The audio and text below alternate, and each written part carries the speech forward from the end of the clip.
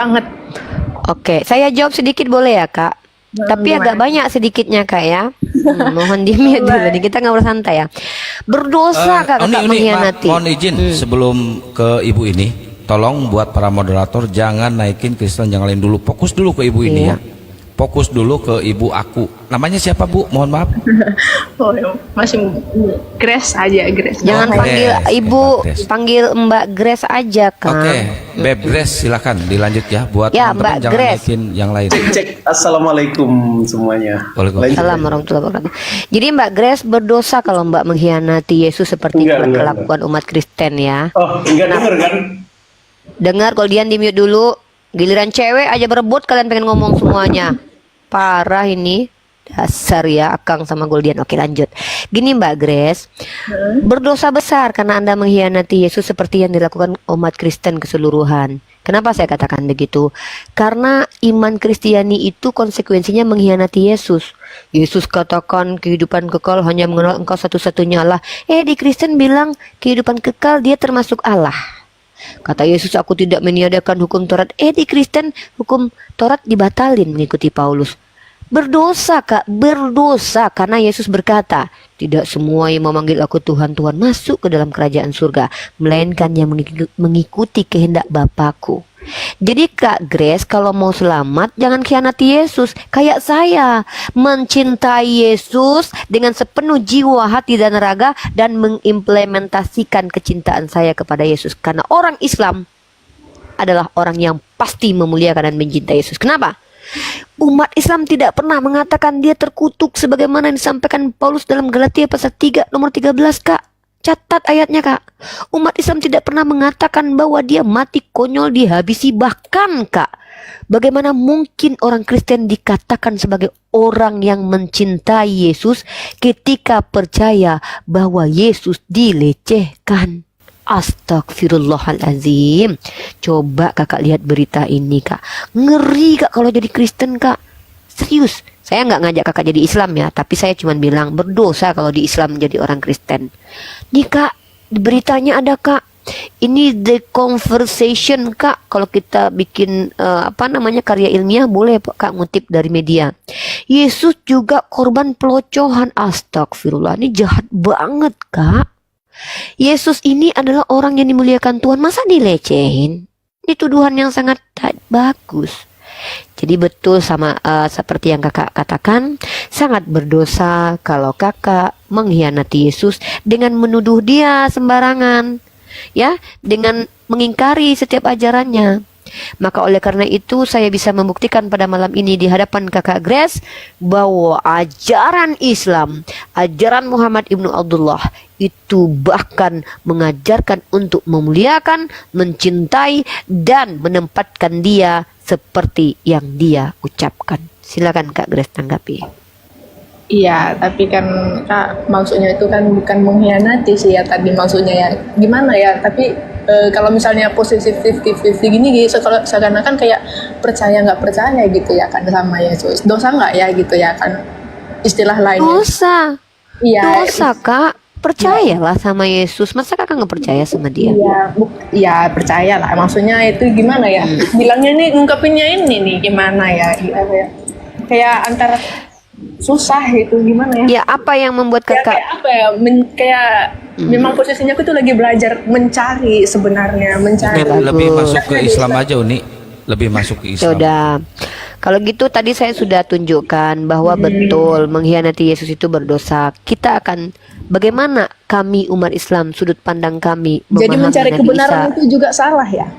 Oh enggak dong, itu Ya, baik masalah, banget. ya Bagus. posisinya kan memang sedang mencari gitu. Berarti aku seakan-akan kayak menanggalkan dia untuk sementara karena sementara Ya enggak mencari. dong. Dosa nggak sih Justru itu buat? enggak lah. Dosa nggak sih aku? Mencari kebenaran itu tidak berdosa karena Yesus mengajarkan kasihilah Tuhan Allahmu dengan segenap akal budimu. Artinya Anda sedang memfungsikan akal, sister.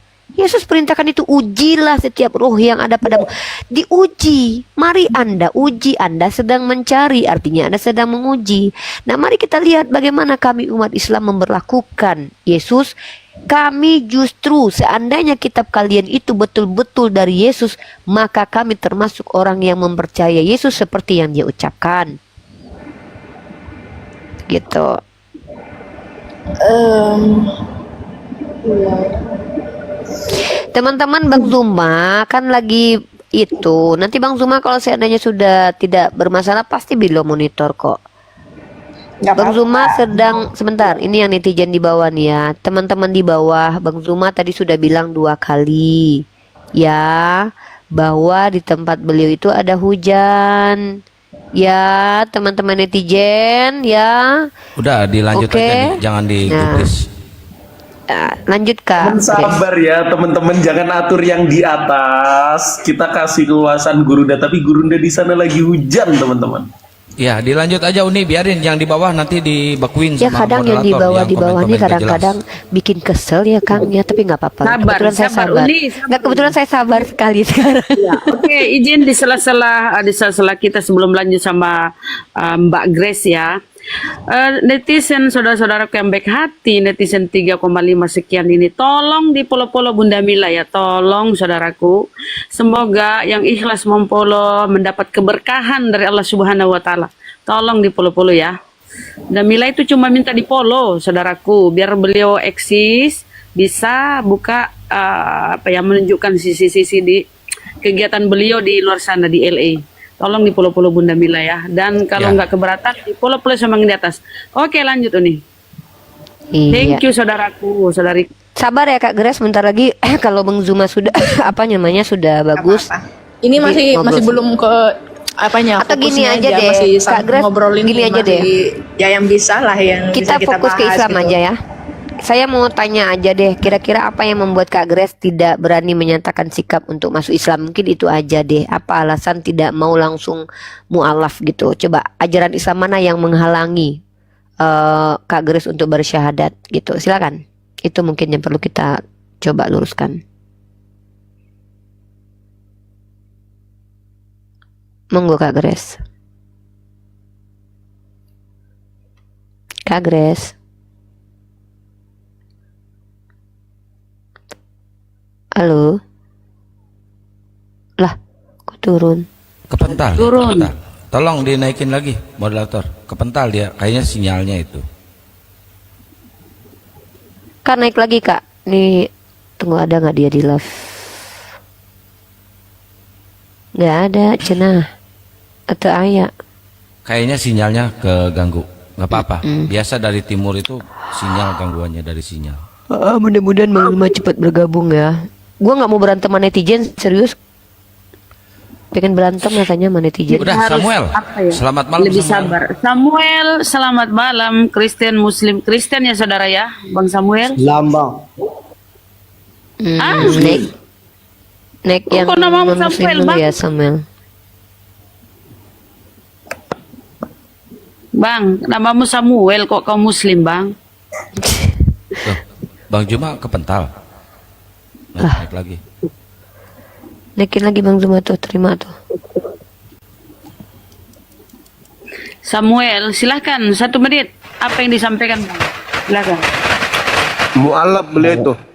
Hujan-hujan Oh, Masya Starling. Allah, mualaf. Starling ini Starling gangguan. Lanjut dulu sebentar lagi, Dek. Ya Bang, Islam harus buruan ganti nama Bang, ya, Bang? sebelum saya berantem sama netizen Abang Bang. Silakan dinaikin lagi kalau ada Kak Grace-nya. Oh, Bang Samuel mualaf, Masya Allah. Semoga istiqomah ya Bang Samuel ya. Sehat selalu. Amin. Kita masuk Islam itu harus ganti nama ya Bu? Enggak. Aman. Kalau namanya tidak mengandung penghujatan dan doa-doa kata-kata buruk nggak apa-apa sih Samuel. Samuel itu kan bahasa ini ya, bahasa apa? Bahasa Ibrani itu kan. Berani. Tuhan mendengar Samuel itu artinya. Iya, Ismail, Samuel gitu. Samuel, Ismail, Ya, bagus nggak apa-apa. namanya asal jangan Samuel. Kalau Samuel bahaya. Iya, Udah. kalau bahkan Lucifer aja namanya bagus artinya dalam bahasa Latin, Lucifer, pembawa terang artinya. Mana tadi Ya. aku? Coba dicari teman-teman. Mungkin lagi kepental. Kenapa Uni? Iya, Mbak Grace tadi gara-gara Akang dia turun. Akang sih, Oh. Akang sih. Dia pengen ngobrol sama Bang Zuma. Akang sih, suara Akang Tapi ditambah kali ya Samuel Rahman, kasih Rahman Ini atau Samuel. hari ini Akang maunya ngopi banyak, emang nggak kembung? Iya. Mogi. Coba yang Tuh, sampai Kristen ya, 200. yang naik teman-teman. Sambil dilihat teman moderator itu si siapa namanya tadi? Kak aku. Mbak Grace. Mbak Nama Grace. akunnya aku. Ya, nama akunnya aku itu. Insya Allah itu naik lagi tuh aku. Tuh dia ada Kak aku. Hilang jaringannya. Iya, Ya. saya tahu dan saya paham ternyata sehati dengan prinsip dan pendapatku, hilang jaringannya. Masya Allah. Loh kok diturun? Enggak, kirain diturunin. Enggak, saya gedein biar Mbak kelihatan. Iya, hilang jaringannya langsung mati.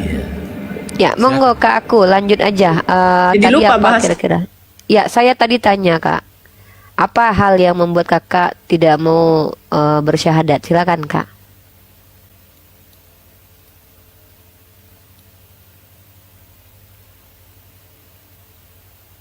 Halo. Ternyata sinyalnya tidak mendukung malam ini, guys. Oh.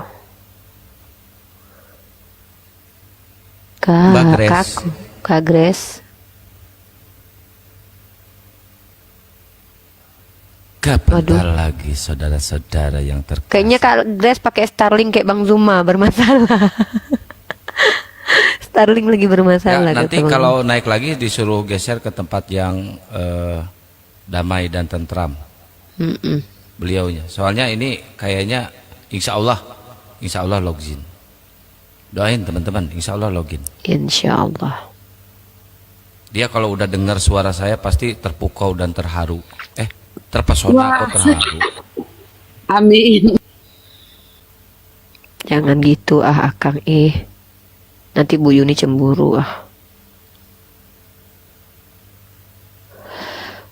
Ya naikin lagi ada kayaknya Kang di bawah. Nggak tahu saya, nggak ada Ntar minta aku naik cek. lagi. Coba dicek di jambak aja di jambak. Tapi ini malah tambah banyak yang minta naik taruh. Jangan dinaikin aja, dicentang aja. Tapi Mbak Grace-nya nggak ada. Ya Allah. Ya halo dosa. Halo. Dosa, namanya kok dosa. Dosa? Maaf, kepencet Bunda, Oh, maaf. kepencet ya Bang. Iya Bang. Oke. Nge. Tap-tap Bunda- layar ya saudaraku. Kasih Bunda Rahma satu- gimana puasanya Bunda Rahma? Alhamdulillah lancar nih. Alhamdulillah. Ternyata nggak enak ya jadi Bunda Rahma ya. Giliran kita ngomong disuruh diam gitu. Saya Karena netizen ini udah dikasih tahu. Ilfil ya ini ya. Ini Iya, ngerasain jadi- banget gak enaknya. Oh Di iya. bawah waktu typingan, uni diam. Iya, Sebenarnya padahal mereka- tadi bilang Bang sebenarnya Zuma mereka tadi. Udah lama aja marah-marah. Sebenarnya mereka cinta, cuma dia bingung mengungkapkan dengan kata-kata apa. Nggak, kalau aku bukan cinta sih. Kalau menurut aku mereka Kita itu berdamai aja nih. bukan, kalau aku nggak bisa berdamai Bunda. Aku memusuhan sama mereka. Jadi mereka ini gini Bunda. Mereka itu nggak mengerti bahwa kita ini ya kan hadir di sini itu juga belajar mendengarkan narasi. Nah, kadang aku kan bosan tuh sama materi itu aja. Kadang aku duduk di tempat Bang Zuma tuh dengar materi baru, mana tahu kayak materi yang menyamar iblis itu kan materi baru tuh di Zoom dulu kita nggak pernah dengar. Nah, kadang aku pengen dengar tuh ayat-ayat mana yang disampaikan Bang Zuma, ntar aku catat. Mereka nggak sadar itu kalau kita juga walaupun kita apologet kita tetap nggak berhenti belajar. Nah jadi ketika Bang Zuma seandainya beliau sedang ada urusan atau apa, kenapa kita menyambung? Kenapa kita berani menyambung? Karena memang kita gurunya sama gitu loh. Jadi apa yang disampaikan Bang Zuma kita sepaham. Tapi kan mereka kan nggak mau mengerti itu gitu loh. Jadi seolah mereka kalau saya lihat ya itu sebenarnya ternyata nggak bagus. Turun Bunda Rahma, karena Bunda Rahma juga belajar ya sama ke Bang Zuma. Apa yang disampaikan Bunda Rahma ya itu yang diajarkan Bang Zuma gitu. karena kita ini ya. Tuh dibilang kesabaran kita setipis itu. Mereka nggak tahu aja kalau kita udah colok mata mereka ya Bunda ya. Ini nggak sabaran, Sebenarnya gini, sabarannya apa? setipis tisu teman-teman. Colok aja lah. Ibaratnya gini, kita ini ibarat satu tubuh kan. Kita nggak boleh bernarasi tidak sesuai dengan apa namanya, beda narasi, nggak boleh kita beda narasi loh. Iya Nggak betul. bisa kita beda narasi, nggak bisa kita saling tabrakan narasinya. Jadi sebagai pemimpin, sebagai guru, kita harus ini di sini begini, ya kan? Nggak bisa. Bunda Nepi, assalamualaikum warahmatullahi wabarakatuh. Bunda Nepi. Bunda Nevi, assalamualaikum. Kepencet Dan nggak- kayaknya dia. Iya, Ini kepencet ada yang nggak sadar. begini. Kalau ada yang lain naik, naikin nggak Oten? Naikin aja sambil nunggu Ya si udah. itu. Naikin aja daripada ngedengerin emak-emak kurang belanja pada ngoceh. Ih kalau nggak ada kita juga nggak seru kali. Ya kan Bun? Tadi itu ada kita rame sebenarnya kan? tadi itu ini bagus masuk dulu. Kenapa sih dia ragu dengan keimanannya? Ada apa? Kemudian kenapa dia melirik apa tertarik dengan Islam? Nah itu nanti kita masuk supaya kasih perbandingan kan ajaran di Kristen Islam. Bagaimana? Iya betul Bunda. Nah, Kita aja, tunggu dulu. Mudah-mudahan dia bisa naik lagi. Kayaknya pakai Starlink juga tuh. Ini ada Erieto Sardini berapa kali naik? Mungkin non muslim nih, coba naikin dulu. Halo Wawan. Halo Mbak, Ya muslim non muslim. aku Muslim. Oh ya ada yang mau disampaikan. Oh Erieto saya juga muslim. Kita prioritaskan yang non muslim dulu naik ya, biar mereka bertanya tentang Islam Boleh karena tanya Ruby. Sebentar dulu dong, jangan dipotong. Saya belum selesai ngomong loh. Ya, Ya, silakan bertanya dulu buat teman-teman muslim kalau bisa prioritaskan di sini room untuk non muslim ya. Silakan. Assalamualaikum. Ya mau tanya, Bu. Waalaikumsalam Jadi warahmatullahi wabarakatuh. saya kan Muslim dari lahir, kan kayak itu merasa kayak iri banget sama mualaf gitu. Mualaf udah dewasa, udah matang gitu, baru masuk Islam, dosa-dosanya diampuni. Jadi maksudmu kamu murtad dulu? Jangan Oh iya. Jangan dipotong dulu. Maksudnya kayak kita kan punya hutang puasa, punya hutang puasa, Di bawah hutang pengaruh sholat. netizen ini aku ngomong. Seperti Lanjut. itu untuk yang Jangan dulu, dirikannya ya. mungkin belum ibadahnya kurang ketat dari orang Oke, tua, cukup Bang, mungkin kita punya udah hutang paham. puasa, hutang Bang, sholat Bang, itu. kita udah paham. Begini saja, ya. Baguslah kalau Abang mau introspeksi diri. Artinya Abang ini nggak sombong, mengakui kesalahan. Segeralah tobat nasuha, tidak mengulangi perbuatan yang kemarin-kemarin. Itu aja intinya. Jangan boleh Anda cemburu sama mualaf, artinya sebagai motivasi untuk lebih baik sebagai seorang muslim. Perbanyak bertobat, istighfar, jangan diulangi lagi kesalahan yang lalu-lalu. Oke Bang ya, setuju ya? Oke Bang? Nggih. Semangat. Ya. Terima kasih Bang. Assalamualaikum. Waalaikumsalam warahmatullahi. Salam warahmatullahi wabarakatuh. Bener sama Bang main ngegas aja dia. Aduh ya Allah. Astagfirullahaladzim. Aduh. Yang kena batunya tuh gara-gara dibawa kan. Bunda diam, Bunda diam. Dia kena batunya. Kenapa ya? Kok dia iri? Emangnya mau murtad baru? Ada aja. Ya Rohul. Ya lo Rohul. Saya lebih menghormati, mengapresiasi orang yang seperti tadi mengakui kesalahan. Tapi banyak Iya. juga loh orang sombong loh. Iya, daripada sombong mending mengakui kesalahan. Betul Dan sekali. istighfar, memperbaiki diri ke depannya itu lebih bagus. Dia pengen memperbaiki diri gitu ya. Ya, salut kita sama orang yang kayak tadi. Makasih Bang. Tawadu ya. Lanjut. Tawadu. Betul, betul. Silakan halo Rohul. Rohul, kalau nggak ada suara kita turunkan ya. Oke. Jarang loh nih orang pernah nyolong ayam mengaku loh, jarang loh. Ya, Jarang. kecuali dia bertobat. Dia Iya. sadar bertobat. Aku dulu ngaku pernah waktu masih SMA dulu nyolong ayam, tapi nyolong ayam tetangga, tante om saya, itu pun saya nggak jual, saya sembeli, saya makan rame-rame anak-anak sama teman-teman gitu. Iya benar. Waktu itu kan Bang Andi waktu nyolong ayam waktu itu kan nyolongnya kan kalau nggak salah sekali sehari. Setiap minggu 7 Nah, kali. itu nggak nyolong namanya, itu kerjaan namanya, rutin. Ya lo Pak Ari. Bang Andi tolong maki dulu lah netizen yang bilang kalau ada Bang Andi diam dulu, kalau Bang Andi kenapa sih orang-orang ini? Aneh. Tolong Bang Andi, marahi dulu mereka Bang Andi. Mereka nggak tahu aja Bang Andi. Netizen itu bebas, biarin aja bebas. Oh iya ya, Udah, netizen bebas. Tidak ada pertanggungjawaban atas omongan netizen itu. Tanpa mereka nggak rame, jadi nggak ada you semua nggak rame. Kalau nggak ada netizen Vladimir Putin nggak takut. Vladimir Iya. Putin aja takut, mah netizen Indo loh, jangan salah. Netizen itu bebas, tidak mempertanggungjawabkan. Netizen Indonesia dosanya. tuh Netizen itu bebas.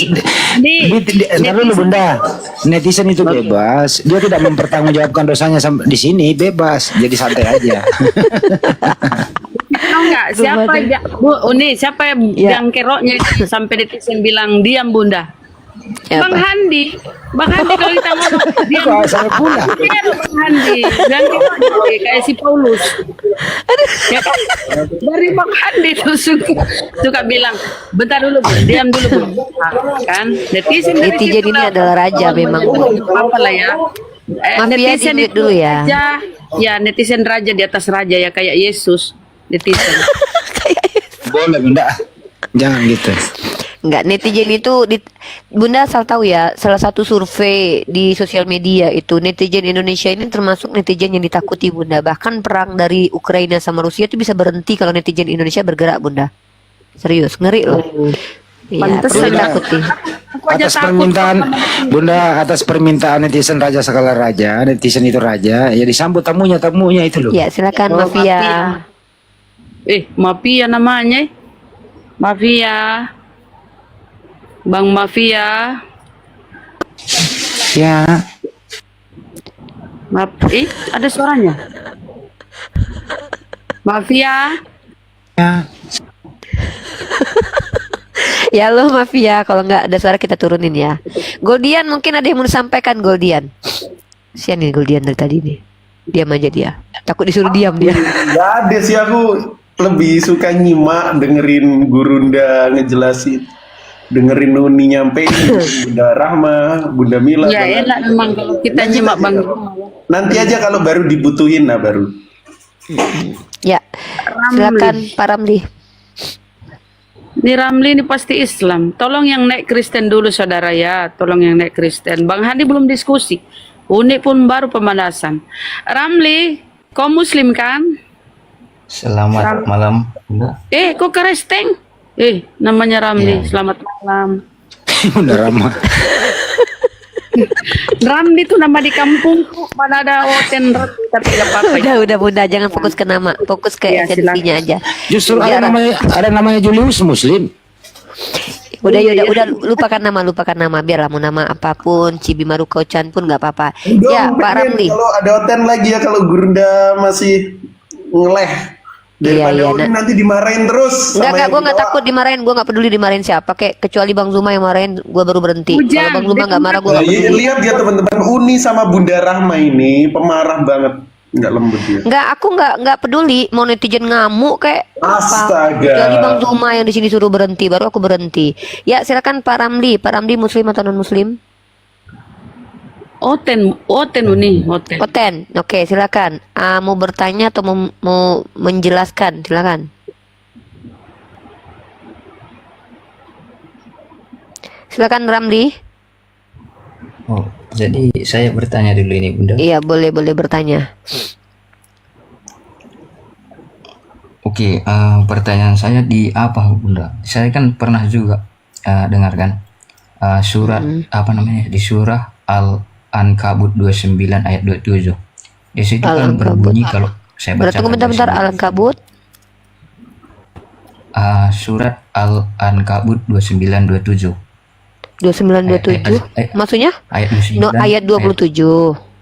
Ayat 29 apa namanya? 29 ayat 27 ya. Oh, iya. Oke, lanjut. Apa yang mau ditanyakan di ayat ini?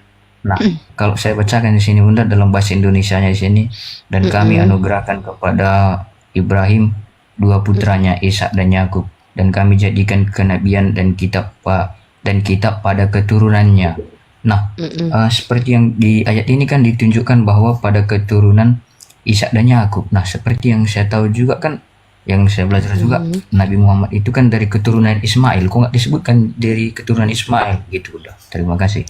Oke, begini brother ya, kalau kita melihat Al-Quran itu bukan cuma satu ayat.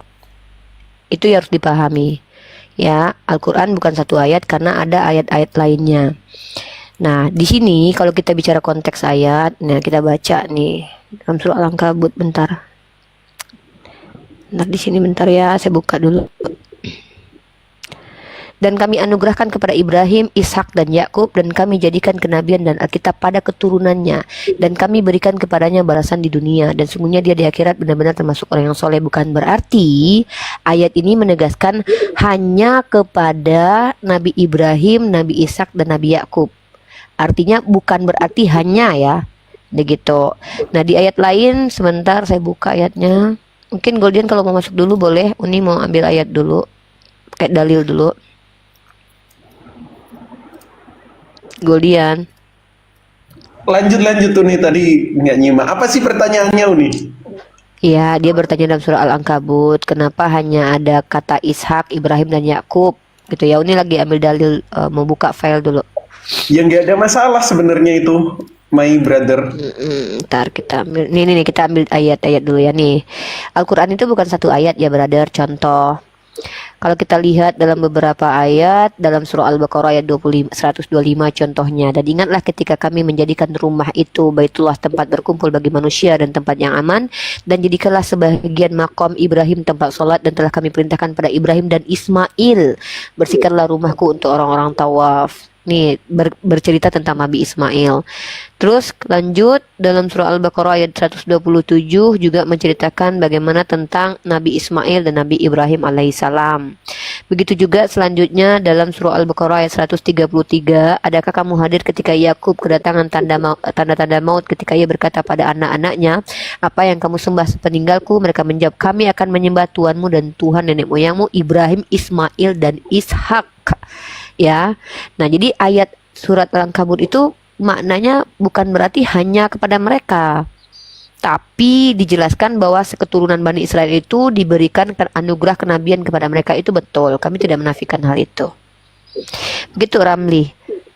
Karena Tuhan Allah Subhanahu wa taala itu bukan Tuhan yang rasis, Tuhan yang hanya memilih satu kaum. Karena Allah mengatakan Allah berhak memberikan kemuliaan kepada siapapun yang Allah kehendaki. Contoh dalam surah Al-Baqarah 136 juga ada, katakanlah hai orang mukmin, kami beriman kepada Allah dan apa yang diturunkan kepada kami dan apa yang diturunkan kepada Ibrahim, Ismail, Ishak dan Yakub dan anak cucunya, dan apa yang diberikan kepada Musa dan Isa, serta apa yang diberikan kepada nabi-nabi dari Tuhannya. Itu jelas sekali surah Al-Baqarah ayat 136 gitu.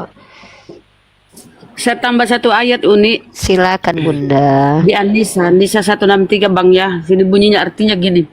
Sesungguhnya kami mewahyukan kepadamu Muhammad sebagaimana kami telah mewahyukan kepada Nuh dan nabi-nabi setelahnya, dan kami telah mewahyukan pula kepada Ibrahim, Ismail, Ishak, Yakub dan anak cucunya, Isa, Ayub, Yunus, Harun dan Sulaiman, dan kami telah memberikan kitab Zabur kepada Daud. Bang. Masya Jadi Allah. lebih dari Allah. Lanjut. Maha benar Allah dengan segala firman-Nya gitu Bang Ramli. Itu eksplisit banget itu ayat ini bawa Bunda Rahma ya Bang ya. Gini aja. Bri Ramli, yang mau lo tanyain apa?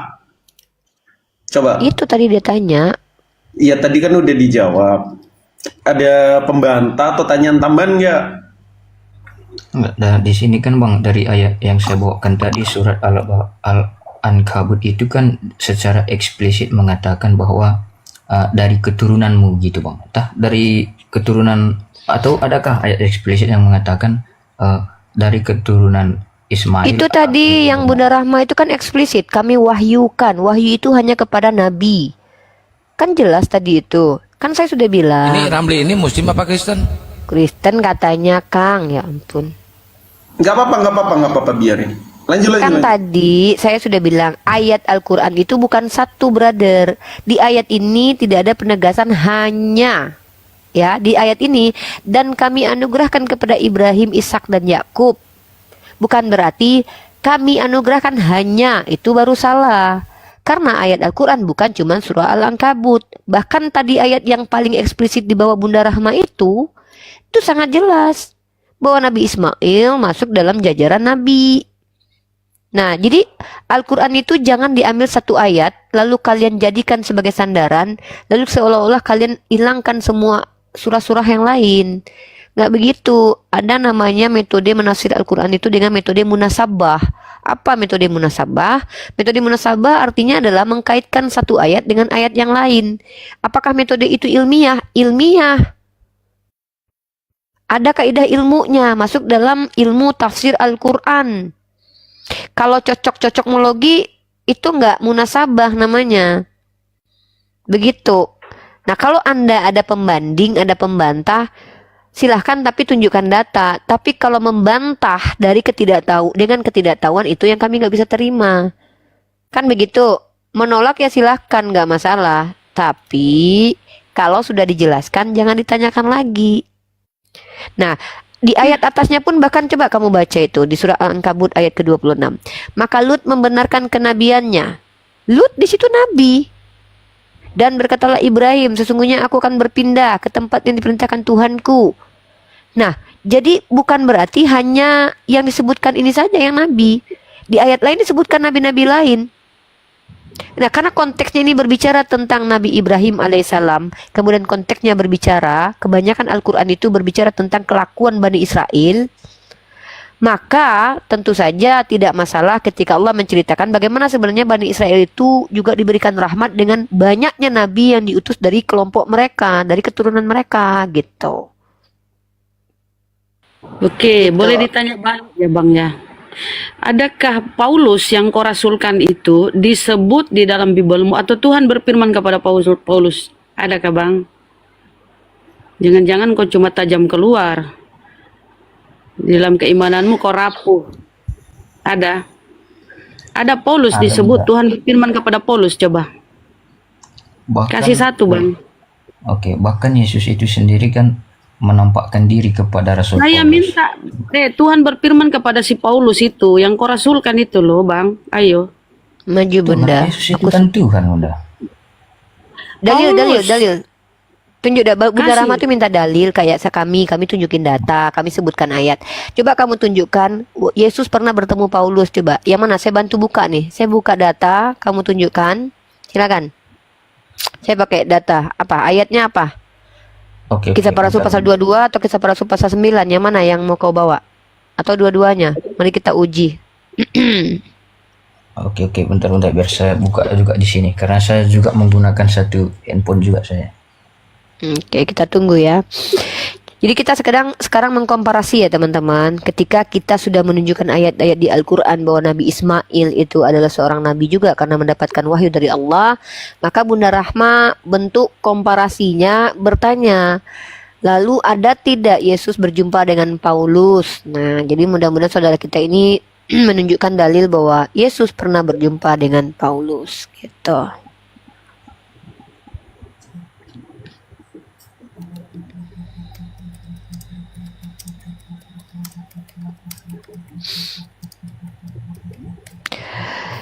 Jadi teman-teman ya, kawan-kawan kita Kristen ini akan membawa nanti Kisah Para Rasul pasal 22 dan pasal 9 teman-teman. Nah, itu yang ingin kita bahas di sini.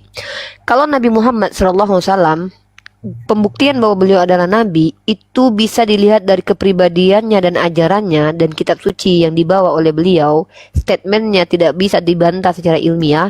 Maka mari kita uji bagaimana Paulus mengklaim dirinya berjumpa dengan Yesus, teman-teman ya. Kalau dilihat dari Kisah Para Rasul pasal 22 dan Kisah Para Rasul pasal 9, ada pertentangan di antara kesaksian Paulus. Di ayat 1 dikatakan, yang menyertai aku mendengar suaranya.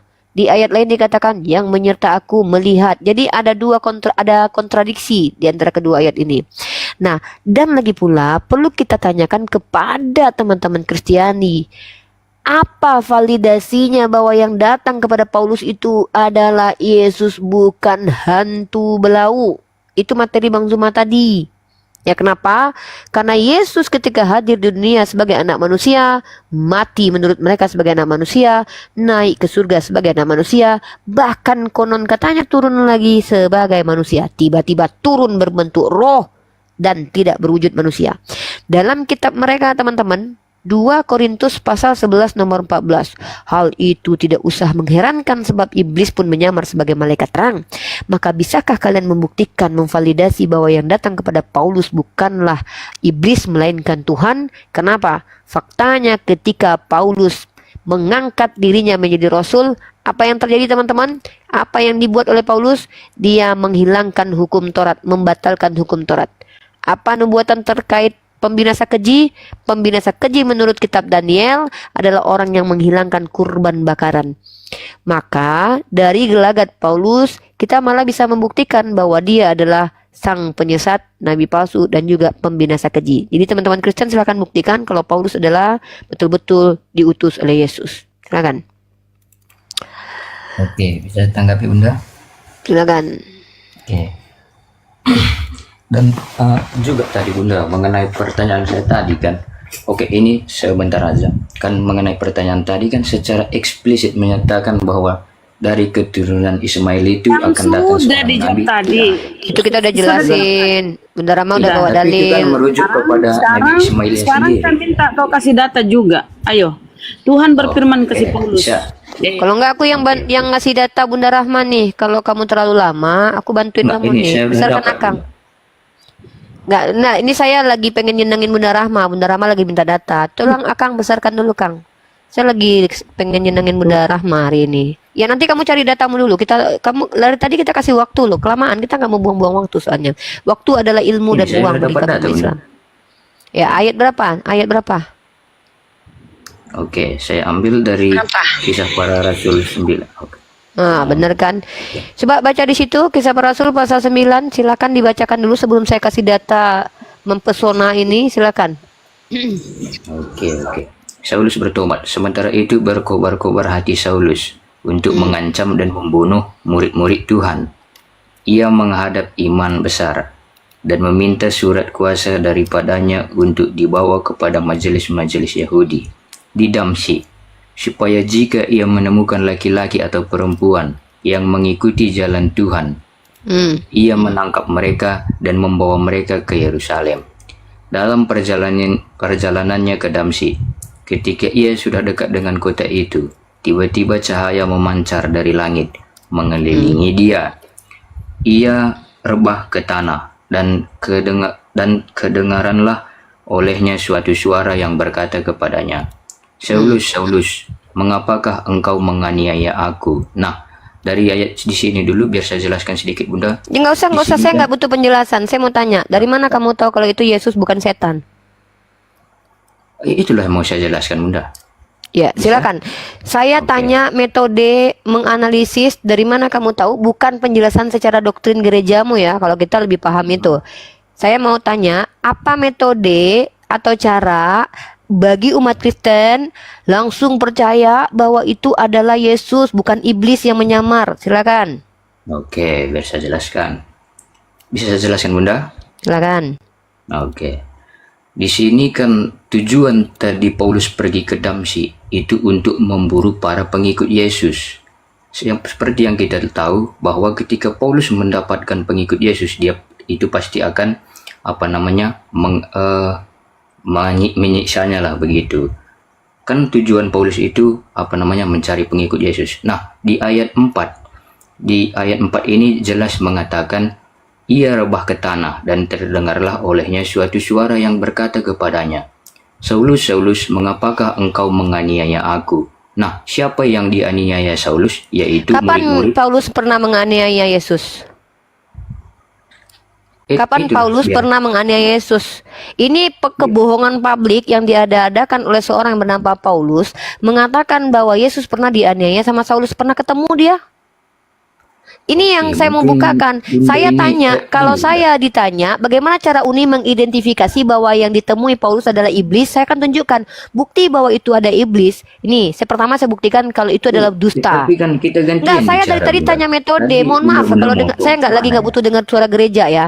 Dengar caranya diskusi sama saya itu beda sama Bang Zuma. Bang Zuma sabar. Saya orang bukan yang bersabar seperti itu. Dengarkan baik-baik.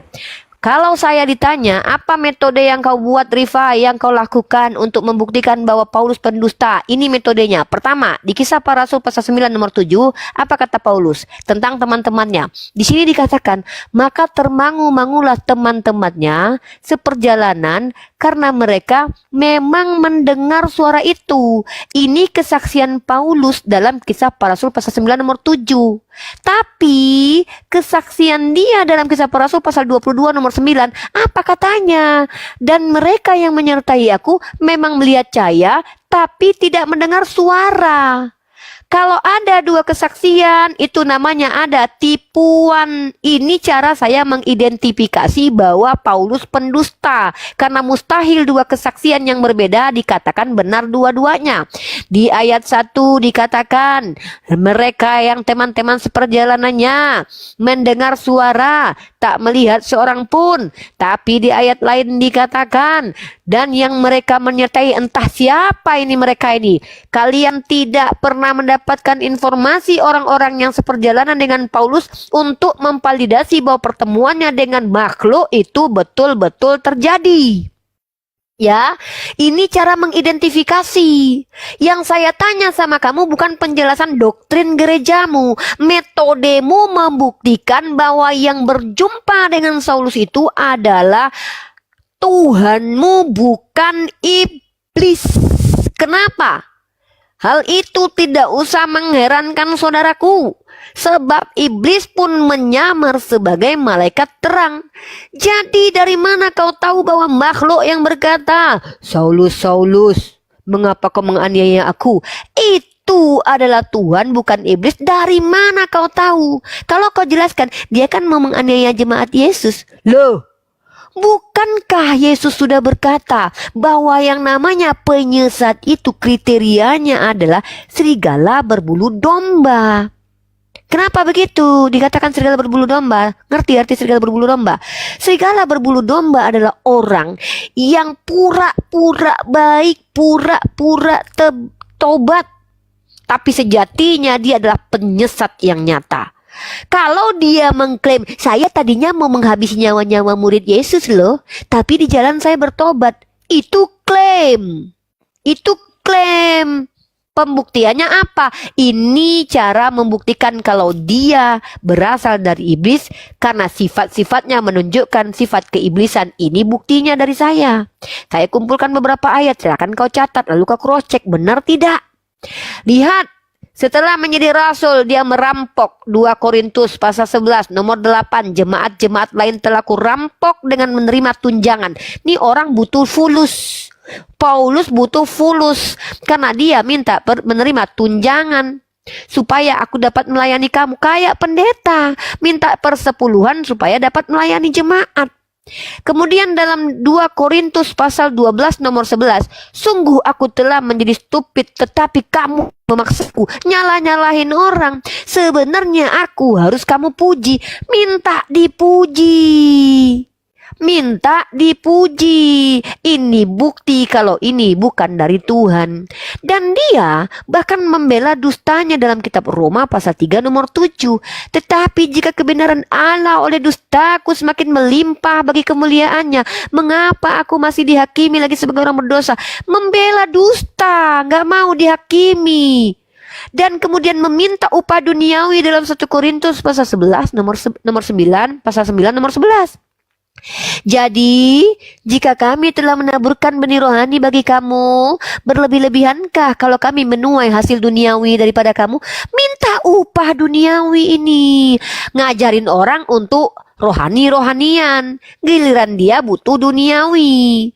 Lalu mengajarkan menyamar menjadi serigala berbulu domba. 1 Korintus pasal 9 nomor 20. Demikianlah bagi orang Yahudi, aku menjadi seperti orang Yahudi. Jadi kalau mengaku-ngaku Saya ini pengikut Yesus. Memang begitu kriteria penyesat. Ini ngaku-ngaku saya orang Yahudi loh. Nah, bisa tidak kalian buktikan kalau Paulus itu orang Yahudi dengan menyebutkan siapa nama bapaknya? Coba tunjukkan kepada kami. Apa bukti kalau dia orang Yahudi?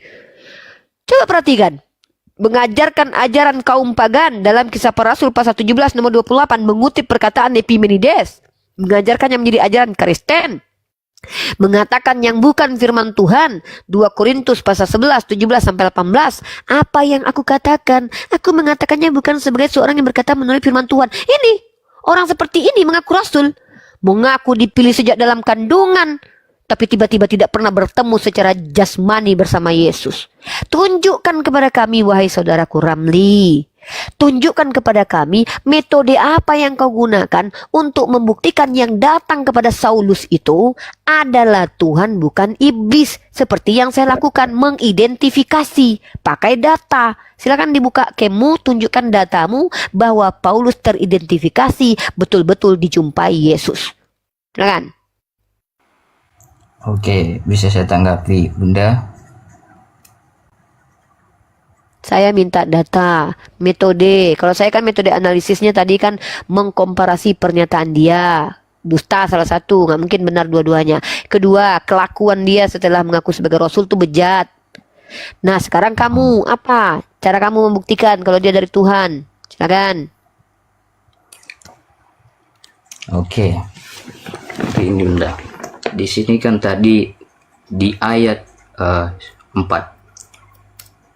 Ia rebah ke tanah dan kedengaranlah olehnya suatu suara yang berkata kepadanya, Saulus, Saulus, mengapakah engkau menganiaya aku? Jawab Saulus, siapakah engkau Tuhan? Katanya, akulah Yesus yang kau aniaya itu. Di sini ada tertulis jelas bahwa Kapan Yesus dianiaya sama Paulus? Tunggulah, biar saya jelaskanlah dulu Bunda. Tadi kan Bunda ngomong, saya juga nggak motong kan?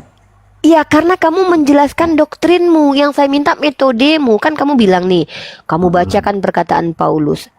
Saulus, Saulus, kata Paulus nih. Ini Paulus yang ngomong nih di surat itu.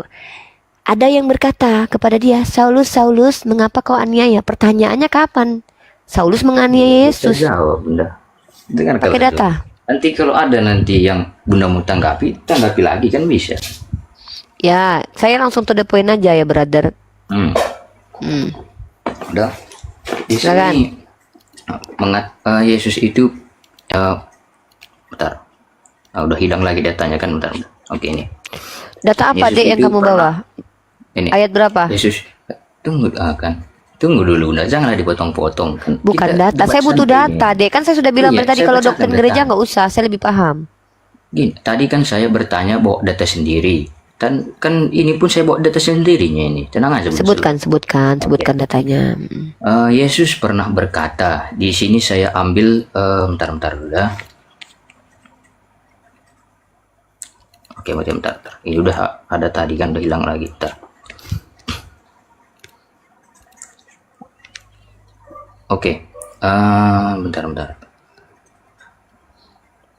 Oke, di sini. Kelamaan nih, Di Dek, sini- cepet, Dek. Iya Bunda. Di sini saya ambil dari Yesus itu pernah berkata bahwa apa yang kamu lakukan kepada orang lain di sini dipakai data di Matius 25 ayat 40. Dan raja itu akan menjawab mereka, aku berkata kepadamu, sesungguhnya segala sesuatu yang kamu lakukan untuk salah seorang dari saudaraku yang paling hina ini, kamu telah melakukannya untuk aku. Nah, di sini Yesus mengatakan bahwa apa yang kamu lakukan kepada sesamaku itulah yang akan kamu lakukan kepadaku. Ketika kamu memberi minum seorang yang tidak mempunyai, kamu juga memberikannya kepadaku. Itu perkataan Yesus. Nah, sedangkan di ayat di Kisah Para Rasul 9 tadi, Saulus, mengapa engkau menganiaya aku? Seperti yang dijelaskan tadi kan, Paulus itu bertujuan untuk memburu para pengikut Yesus. Nah, ketika Paulus itu memburu para pengikut Yesus, otomatis seperti ayat yang sebelumnya saya bacakan bahwa Saulus itu sudah menganiaya Yesus, walaupun bukan Yesus itu sendiri yang dia dianiaya. Seperti Oke, saya bilang, mantap. contohnya. Tunggu dulu Bunda. Seperti saya inilah misalnya kan. Seperti ketika saya memberitakan Injil lah misalnya. Ketika saya dihina, otomatis Ya saya paham, Yesus juga saya paham akan itu. dihina. Ya saya Begitu, paham Bunda. itu, saya paham. Sekarang saya tanya, ketika Yesus berkata kepada muridnya, barang siapa yang menganiaya kamu itu sama menganiaya aku. Yesus berkata kepada siapa di situ? Yesus bertanya kepada orang yang bertanya di Ya. sana. Tetapi Ada nggak untuk Saulus di memperjelasnya, situ? harus Saya tanya, dibaca ada nggak juga. Saulus di situ? Ya. Sebentar. Ada tidak Saulus menjadi bagian dari orang-orang yang diajarkan oleh Yesus bahwa kalau menganiaya orang lain sama seperti menganiaya Yesus? Ada tidak Yesus pernah mengajari Saulus? Silakan.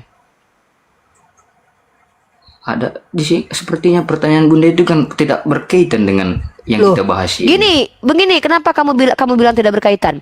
Saya bertemu dengan Alfi, lalu saya ajarkan Alfi. Alfi, kalau kamu memukul anakmu sama dengan menyakiti Uni, ya, maka yang mengerti ajaran itu siapa? Alfi. Tiba-tiba ada orang entah berantah entah siapa-siapa, langsung aja saya bilang, "Hoi Ramli, kau menganiaya aku." Lalu kau pikir langsung mengerti itu? Kau langsung mengerti? Oh iya ya, maksudnya kan aku menganiaya jemaatmu, berarti aku sama dengan menganiaya kamu. Padahal ini orang tidak pernah diajarkan bahwa menganiaya orang lain sama dengan menganiaya dia. Artinya inilah yang disebut dengan cocokmologi. Bagaimana mungkin Saulus langsung paham arti menganiaya murid Yesus, artinya menganiaya dia karena dialah yang menganiaya murid Yesus. Sementara pengajaran itu diajarkan kepada murid-murid Yesus, bukan kepada dia. Jangan dustai kami dengan cocokmologi itu, my brother. Contoh ini data jelas nih, membantah omonganmu itu. Bunda kurang memahami. Sebentar, Ada kok di kurang ayat memahami. ini, Paulus Ini saya mengatakan, gunakan metode. Saya bilang, Lanjut. dengar. Kamu kan saya minta tunjukkan metode, kamu sudah tunjukkan metode, itu cocokmologi nama metodenya. Bagaimana mungkin seorang Bunda, manusia yang tadi tidak kan pernah kalau belajar? saya bawa satu ayat ke Al-Quran, nggak boleh cocokmologi, harus diambil Loh, dari ayat yang Al-Quran lain. ada Ini kan munasabah. seimbang ini. Al-Quran Jadi ada kan munasabah, Bunda Kap. Dengar. kan Ayat Oke, yang lanjut. diajarkan Yesus kepada muridnya itu ada tidak Paulus di situ? Kan saya tanya sama kamu tadi, ada tidak ketika Yesus mengajarkan barang siapa yang menganiaya mereka sama dengan menganiaya aku? Itu ngajarinnya ke siapa? Ke murid Yesus bukan? Adakah Saulus di situ pada waktu itu? Kenapa tiba-tiba Saulus mengklaim dia paham bahwa maksud menganiaya murid Yesus sama dengan menganiaya dia, sementara dia belum pernah diajarin begitu. Itu yang disebut dengan cocokmologi. Pakai akal. Kamu bandingkan dengan ayat Matius 7 yang adalah perkataan Yesus ini. Apa kata Yesus? Perhatikan konteks ayat ini. Ini tentang pengajaran sesat. Bayangkan metode yang saya gunakan ini menggunakan perkataan Yesus. Bayangkan metode yang saya gunakan membandingkan pernyataan Paulus. Kamu malah cocokmologi. Perhatikan apa kata Yesus. Waspadalah terhadap nabi-nabi palsu. Ini dia lagi ngajarin. Waktu ini si Saulus belum ngaku jadi rasul. Saulus belum nongol. Saulus belum ada. Bahkan Yesus tidak mengenal Saulus. Di sini Yesus berkata, waspada terhadap nabi-nabi palsu yang datang kepadamu dengan menyamar seperti domba. Paham? Tapi sesungguhnya mereka adalah serigala. Kamu tunjuk satu orang yang menjadi penyesat, yang membawa agama baru, yang dia datang ngaku-ngaku pengikut Yesus, tapi dia aslinya penjahat, kecuali Paulus. Tunjuk. Nggak ada kecuali Paulus. Dengar apa kata Yesus. Dari buahnya lah kamu akan mengenal mereka. Dapatkah orang memetik buah anggur dari semak duri atau buah ara dari rumput duri? Demikianlah, perhatikan, ini penegasannya ini ya. Demikianlah setiap pohon yang baik menghasilkan buah yang baik. Ini kepastian dari Yesus nih, kata dia nih. Pokoknya kalau dia baik, pasti buahnya baik. Sedang pohon yang tidak baik menghasilkan buah yang tidak baik. Kok tiba-tiba ketika Yesus mengatakan tidak mungkin? Dengar, kata Yesus sekali lagi, tidak mungkin pohon yang baik itu menghasilkan buah yang tidak baik, atau pohon yang tidak baik menghasilkan buah yang baik. Tiba-tiba kata Oten, Rasul kami adalah penjahat. Jadi ketika Yesus sudah katakan sebelum naik ke langit Uranos, sebelum dia pindah alam, dia sudah berkiti-kiti lebih dahulu. Kata dia, hati-hati kalian dengan penyesat. Penyesat itu serigala berbulu domba, mengaku pengikut Yesus, tapi mengajarkan apa-apa yang bertentangan dengan ajaran Yesus. Di antaranya apa? Menghentikan korban bakaran. Karena yang menghentikan korban bakaran itu adalah pembinasa keji menurut nubuatan Nabi Daniel. Gini cara diskusi, Dek. Jangan cocokmologi begitu sesuai konteks ayat. Nih, kemudian kamu lihat ini. Jadi pembinasa keji. Jadi apabila kamu melihat pembinasa keji berdiri di tempat kudus, perhatikan di mana pembinasa keji berdiri. Di tempat kudus. Kalian berikan ruang dia di tempat yang dikuduskan untuk Tuhan. Kalian jadikan dia sebagai santo santa. Menurut firman yang disampaikan oleh Nabi Daniel. Apa kata Daniel? Pembinasa keji itu akan menghentikan korban bakaran. Pertanyaan saya, siapa yang membatalkan? Ya, Leoni di mute dulu ya. Perhatikan ini, Daniel 9 nomor 27. Di mute dulu, Sister Leoni. Perhatikan ini. Nah, perhatikan. Apa kata Daniel? Raja itu akan membuat perjanjian itu menjadi berat bagi banyak orang. Kitab Taurat bukan hanya dijadikan berat menurut Paulus, bahkan dikatakan kutukan. Ini kok udah kesana sini kita bahas ini. Ini saya nunjukin. Kamu nanti kayak saya ngajarin kamu cara diskusi yang baik. Tuh kayak gini buka data, perlihatkan. Nggak pakai ayat cocokmologi. Selama satu kali 7 masa, pada pertengahan 7 masa itu ia akan menghentikan korban sembelihan. Perhatikan pembinasa keji itu. Pembinasa keji itu akan menghentikan korban sembelihan dan korban santapan. Kenapa? Karena berubah menjadi korban Tuhan. Dan di atas sayap kekejian akan datang yang membinasakan. Siapa pembinasa keji? Selain Paulus yang menghentikan korban bakaran, tunjuk kepada saya. Sementara Yesus tidak pernah membatalkan hukum Taurat. Jadi kalau kamu mau mengatakan bahwa Saulus bertemu dengan Yesus, ya, saya bisa bantah. Saya tunjukkan metode menganalisis mana nabi palsu, mana yang bukan. Saya menggunakan perkataan Yesus. Bahkan dalam Matius 23 nomor 15 eksplisit sekali, jelas terang sekali Yesus menjelaskan kepada muridnya. Jangan cocokmologi kawan, jangan ya. Cocokmologi itu nggak dipakai di sini. Pakai konteks ayat kalau perlu. Saya bawa konteks ayat tentang nabi palsu, pembinasa keji, ciri-cirinya merujuk pada Paulus. Saya membawa logika berpikir bagaimana mungkin Paulus bisa mengerti bahwa artinya menyesah murid Yesus sama dengan menyesah Yesus, sementara dia tidak pernah belajar apa-apa yang diajarkan Yesus. Itu dusta takia Korintus. Perhatikan ini. Ini Bunda. Kan. Perhatikan ini. Bunda tahu siapa penulis kitab Kisah Para Rasul itu, kok Bunda mengatakan Paulus yang nggak ngerti. Ya udah, siapa penulis Kisah Para Rasul? Siapa? Bunda saya tanya, tadi kan Bunda mengatakan Paulus itu. Iya, saya mana tanya Bunda sama mengerti kamu, anak siapa penulis Kisah Para Rasul? Siapa? Itu yang saya tanya ke Bunda. Apakah Bunda tahu siapa penulis Kamu kitab tahu Para tidak Rasul? di Kisah Para Rasul itu menceritakan tentang kesaksian Paulus? Ini kesaksian Paulus. Orang yang Kesaksian bisa Paulus, menceritakan, loh emang siapa yang melihat waktu Paulus Bunda, bertemu katanya gini. dengan Yesus? Apakah Yang saya Bunda tanya, tahu siapa penulis kitab Kisah Para Rasul? Siapa? Memangnya kamu tahu siapa penulis kitab Matius, Tahu, Markus, Lukas, saya Yohanes? tahu. Siapa? Sekarang Bunda saya tanya dulu, apakah Bunda tahu siapa Tidak penulis ada kitab Para satupun Rasul orang itu? Kristen yang tahu siapa pasti penulis kitab-kitab kalian. Gak ada. Jangankan Kisah Para Rasul, Matius, Markus, Lukas pun orang Katolik nggak tahu. Nih data nih, kalau sama saya itu pakai data kalau bicara. Jangan pakai asumsi liar. Nih pakai data nih. Jangankan Kisah Para Rasul loh. Kalian ini. Kalau diskusi sama Uni, Dek, pakai data, Dek. Kalau nggak punya data, Dek, nggak usah Kisah Para Rasul. Kitabmu menurut Catholic Identity. Who wrote Catholic the Gospel Identity. and when? Duh, nih udah buka data deh. Saya mau tahu siapa penulis Kisah Para Rasul. Pakai data. Siapa? Kamu tahu nggak? Penulis kitabmu yang 4 aja, 4 gospel kanonik aja, Sekarang itu yang nggak saya tanya jelas. Kisah Para Rasul, Bunda janganlah mengalihkan ke sana. Ya makanya, sedangkan yang kanonik aja nggak tahu, terus kamu tahu Kisah Para Rasul siapa penulisnya? Siapa? Saya tahu, bisa saya tunjukkan data. Siapa? Ya Sekarang udah Bunda tunjuk. Saya tanya minta dulu. data. Oke, saya Jadi tunggu Bunda kamu nggak kasih tahu data siapa 2 menit. penulisnya? Saya diam. Loh, kok kamu tanya ke saya? Sedangkan saya bisa membuktikan bahwa penulis kitabmu yang kanonik saja, yang penting bagi imanmu saja, orang Kristen nggak tahu. Orang Tadi Kristen kan saja Bunda tidak. mengatakan bahwa Paulus itu tidak pernah diajarkan apa yang kamu perbuat. Berarti kan seolah-olah Bunda juga mengatakan ini kan perjalanan Paulus, seolah-olah yang menulis kitab para rasul itu Paulus. Kamu nggak Padahal ngerti bukan. maksud saya. Sekarang Maksud makanya saya tanya, adalah apakah Bunda diam, tahu bentar, siapa kamu nggak penulis ngerti. kitab para rasul? Dengar, maksud saya bukan itu. Dengarkan baik-baik. Tadi kamu Oke, mengatakan bahwa cara menganalisa bahwa Paulus itu adalah orang yang betul. Kamu mengutip perkataan dia, pengakuan dia. Apa pengakuan dia? Ada sosok